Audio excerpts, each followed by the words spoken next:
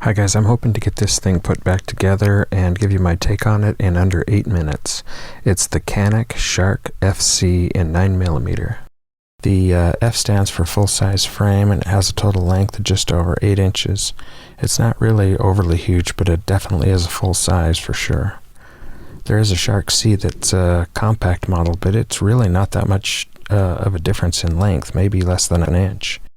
If I recall correctly, I think Century Arms is going to be importing the Canik Stingray Compact, and I believe it's slightly shorter still.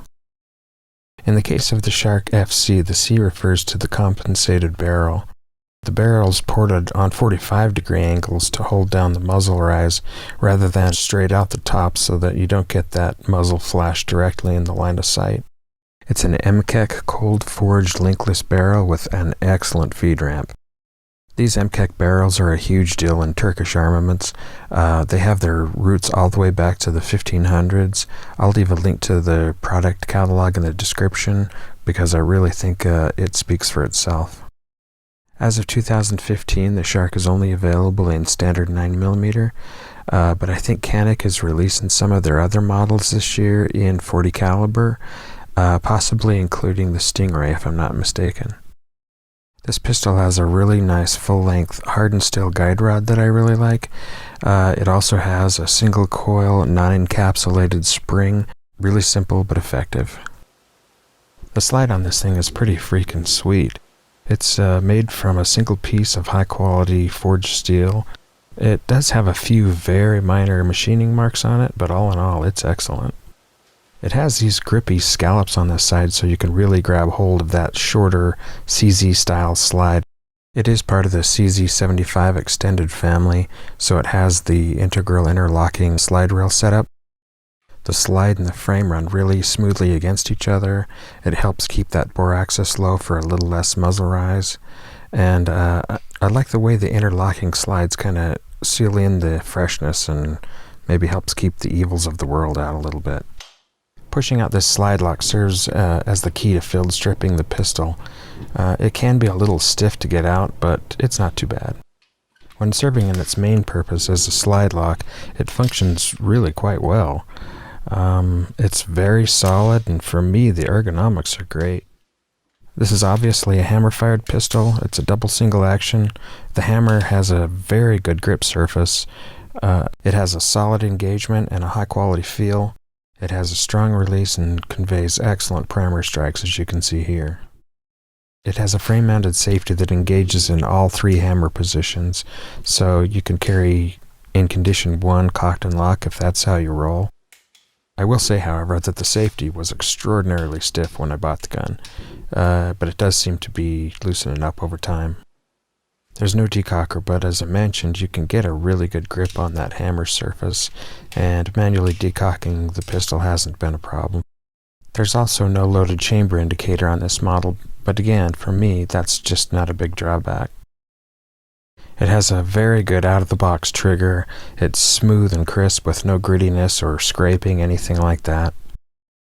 The double action pull is pretty stiff. I'd estimate it right around maybe 12 pounds. The single action pull has a smooth, consistent feel and pulls at maybe around 5 pounds. Has a nice clean break.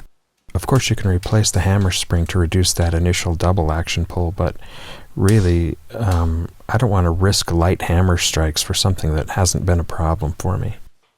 One thing about the trigger that has been a bit of a problem for me, though, is the reach to the trigger and the take-up distance are both a little long for me.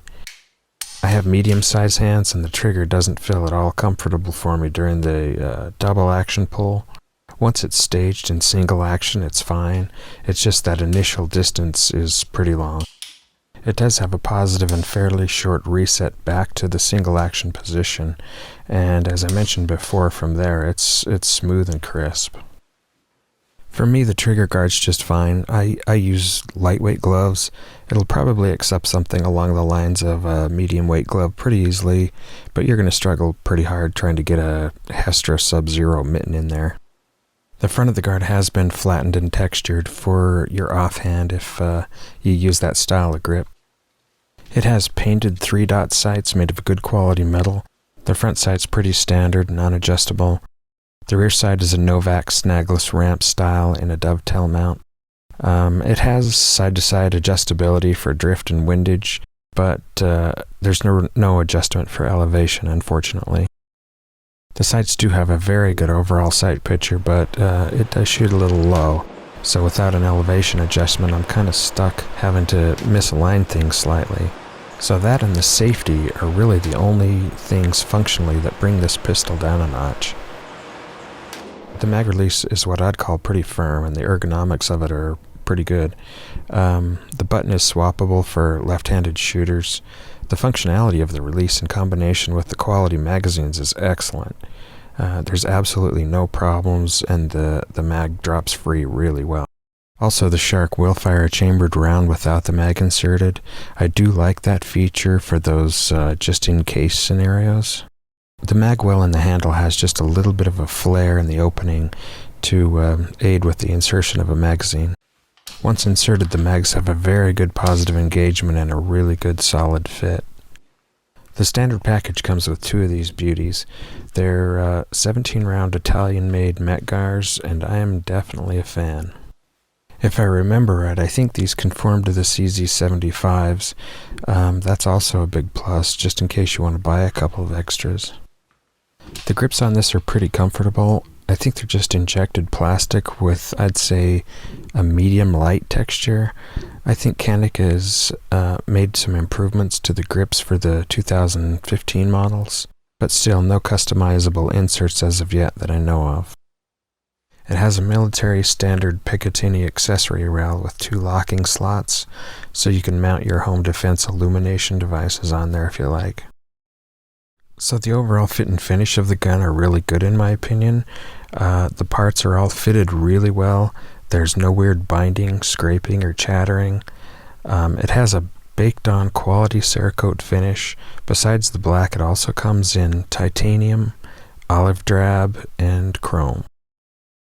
I know the real beauty is in the functionality, but I gotta say, I do like the looks of this gun as well.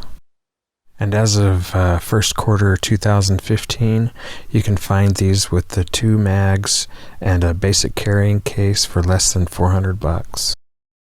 So that's my take on the Canik Shark FC. Thanks for watching.